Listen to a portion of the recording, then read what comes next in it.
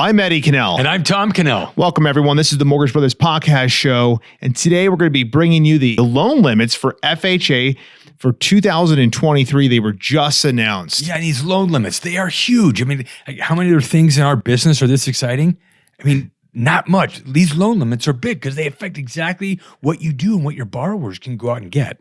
That's right. We have the 2023 limits right next to the 2022. So you can kind of see now it's an eye chart. You know, there's a lot on there, a lot of numbers, but we highlighted Maricopa County because that is where most of us work, right? Most of us are doing loans and transactions in Maricopa County. You'll notice since that's highlighted, the loan limit in 2022, and you'll see these columns for 1 unit, 2 unit, 3 unit, 4 unit.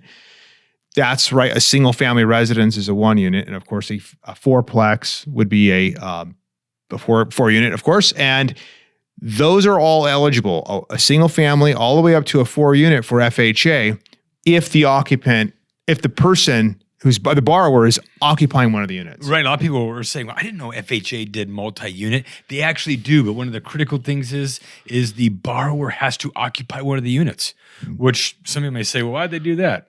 We know quite a few people who have actually done it. Yeah. I myself, going back in the day, single guy getting into the investment world, it's a really amazing program because you're only putting 3.5% down. Yeah. On a 4 unit, $1 million. Yeah, look, you can get a plus product. In 2023, that 4 unit loan limit is now over $1 million.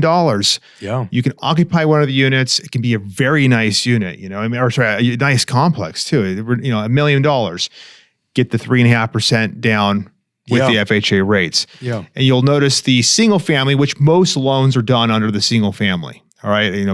Most of us are doing single family loans, and I'm sure real estate agents, you're doing a lot of just single family. So 530,000 is the loan limit. That opens up a lot of homes. That means the far majority of homes out there on the market are now FHA eligible. Yeah, and we could have made a graph if we had more time, and actually if we would have thought about this. But think about it. So we've had 2 converging things that are helping the FHA borrower. Number 1, loan limits just went up a huge amount. Number 2, pricing's been coming down.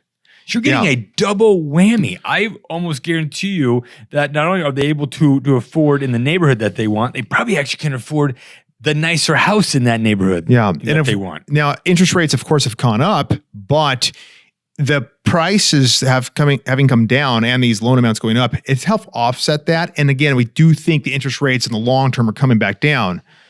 So FHA is a good product, especially, now I'm just going to make a big generalization out there. Borrowers credit scores less than 700. Mm-hmm. That's when we really look. Right. You don't need a 620. You can go down to really 580 is the bare minimum. Really 620 is preferred, but anything less than 700. Right. And that's mainly because of the private mortgage insurance. So FHA is a wonderful product. It does have an upfront mortgage insurance piece, which keeps that interest rate low, but it also keeps the mortgage insurance low. And if you're in the 600s, that mortgage insurance can be expensive on the conventional side. So FHA is a wonderful, wonderful product. Don't let anyone tell you otherwise. So we have all the other counties here listed. As you'll notice, Pinal County is also the same loan limits. Coconino up there in Flagstaff, that's 517. That Payson area in Gila County is 472. But you'll notice FHA makes these loan limits per county.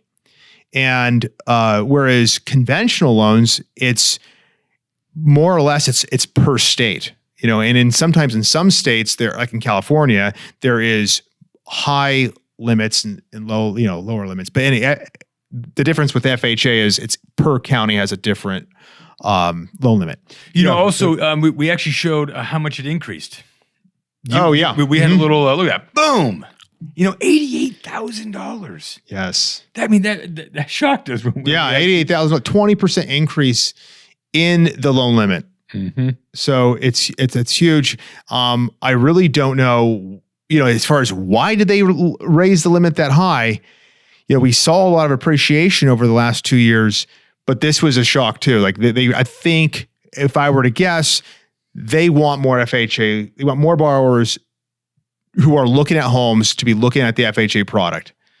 And so, I didn't think about that, where a lot of the homes were still excluded, especially here, a lot of the homes that were in that $500,000, $600,000 range, now we're at 530. So this is going to open it up more to more home buyers. Yeah. Awesome.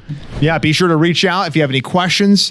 Be sure to subscribe if you like what we're doing here, and we'll continue to give you updates. Take care, everybody. All right. Hey, thank you, folks. Thank you for watching the Mortgage Brothers podcast. If you have any questions, email us at team@azmortgagebrothers.com.